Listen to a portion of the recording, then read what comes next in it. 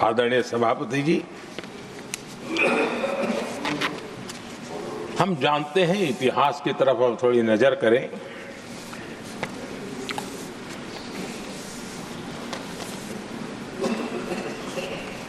यानी मैं कह रहा हूं इसलिए नहीं, बाबा साहब आम्बेडकर के साथ कांग्रेस को कितनी नफरत रही थी, उनके प्रति कितना गुस्सा था, और किसी भी हालत में बाबा साहब की हर बात के प्रति कांग्रेस चिढ़ जाती थी। और इसके सारे दस्तावेज मौजूद है। और इस गुस्से को दो बार बाबा साहब को चुनाव में पराजित करने के लिए क्या कुछ नहीं किया गया।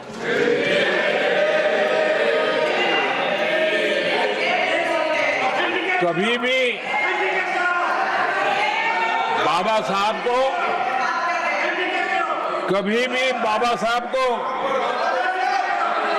भारत रत्न के योग्य नहीं समझा गया।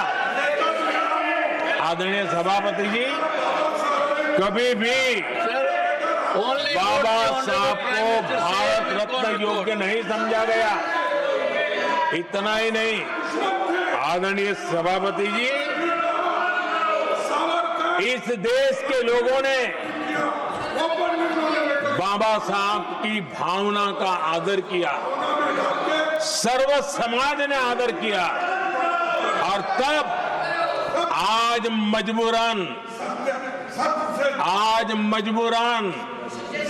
कांग्रेस को जय भीम बोलना पड़ रहा है, उनका मुंह सूख जाता है।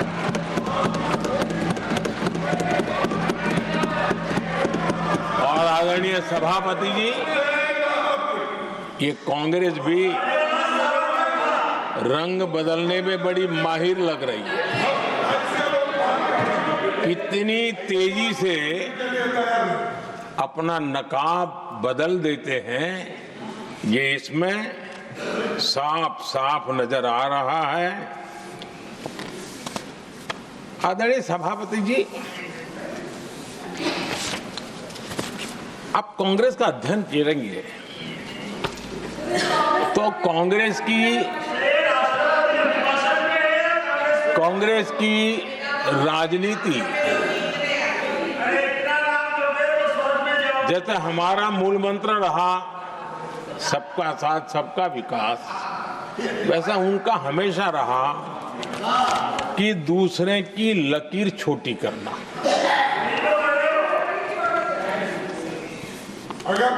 और इसके कारण उन्होंने सरकारों को अस्थिर किया। किसी भी राजनीतिक दल की सरकार कहीं बनी तो उसको अस्थिर कर दिया, क्योंकि लकीर छोटी करो दूसरे की, इसी काम में वो लगे रहे। और ये जो उन्होंने रास्ता चुना है ना, औरों की लकीर छोटी करने का, लोकसभा के बाद भी जो उनके साथ थे वो भी भाग रहे हैं, तो उनको पता चला गया ये तो हमें भी मार डालेंगे। और यही उनकी नीतियों का परिणाम है कि आज ये हाल हो गए हैं कांग्रेस के। देश की सबसे पुरानी पार्टी, आजादी के आंदोलन से जुड़ी पार्टी, इतनी दुर्दशा। ये औरों की लकीर छोटी करने में अपनी शक्ति खपा रहे हैं ना। अगर वो खुद की लकीर लंबी करते तो उनकी ये दशा नहीं होती। और मैं बिना मांगे एडवाइस दे रहा हूं, आप अपनी लकीर लंबी करने में मेहनत कीजिए, सोचिए, तो कभी न कभी देश आपको भी ये 10 मीटर दूर यहां आने का अवसर देगी।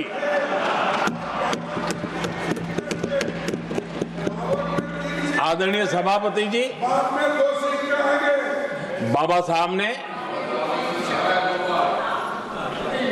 SC/ST समुदाय की बुनियादी चुनौतियों को बहुत बारीकी से समझा था।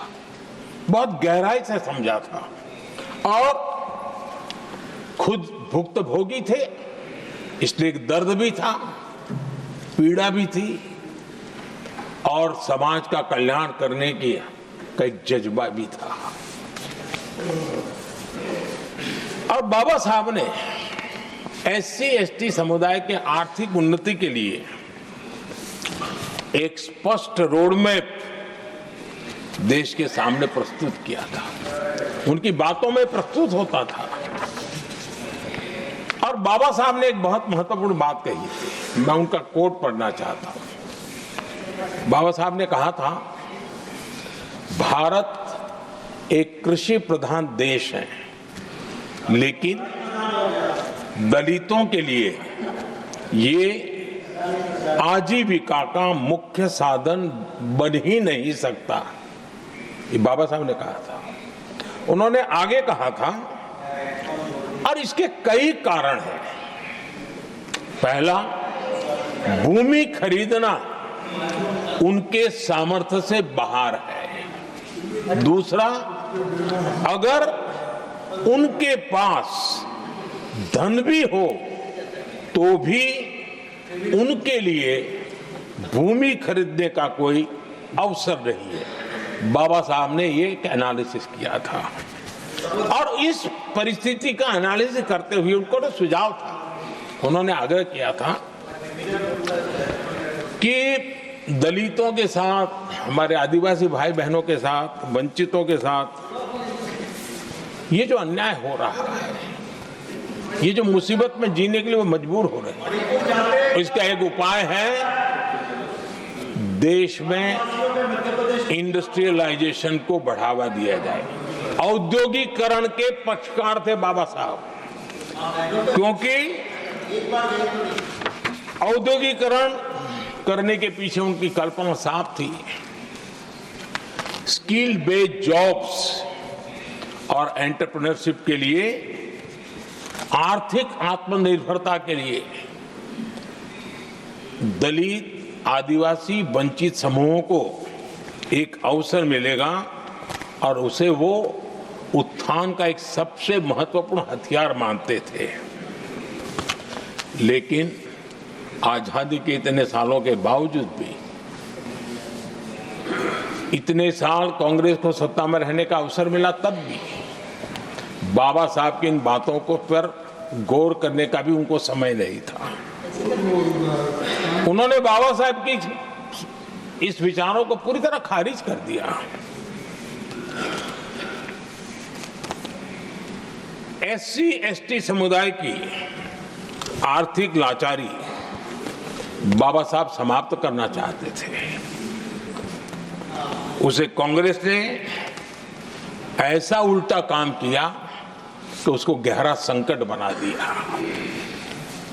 आदरणीय सभापति जी, 2014 में हमारी सरकार ने इस सोच को बदला और हमने प्राथमिकता देते हुए स्किल डेवलपमेंट, फाइनेंशियल इंक्लूजन और इंडस्ट्रियल ग्रोथ पर हमने जोर दिया। हमने PM विश्वकर्मा योजना बना करके समाज का वो तबका जिसके बिना समाज की रचना ही संभव नहीं है, और हर गांव में छोटे छोटे रूप में बिखरे हुए समाज, जो पारंपरिक कार्य करने वाले हमारे विश्वकर्मा भाई बहन, लोहार हो, कुम्हार हो, समाज के सोनार हो, ऐसे सारे जो वर्ग के लोग हैं, पहली बार देश में उनके लिए कोई चिंता हुई और उनको ट्रेनिंग देना, टेक्नोलॉजिकल अपग्रेडेशन के लिए नए औजार देना, डिजाइनिंग में उनको मदद करना, आर्थिक सहायता करना, उनके लिए बाजार उपलब्ध कराना, ये सारा दिशाओं में एक विशेष काम हमने अभियान चलाया हुआ है। और समाज का ये वर्ग है जिसकी तरफ किसी ने ध्यान नहीं दिया, और समाज नियंत्रण में जिसका महत्वपूर्ण रोल है, उस विश्वकर्मा समाज की हमने चिंता की।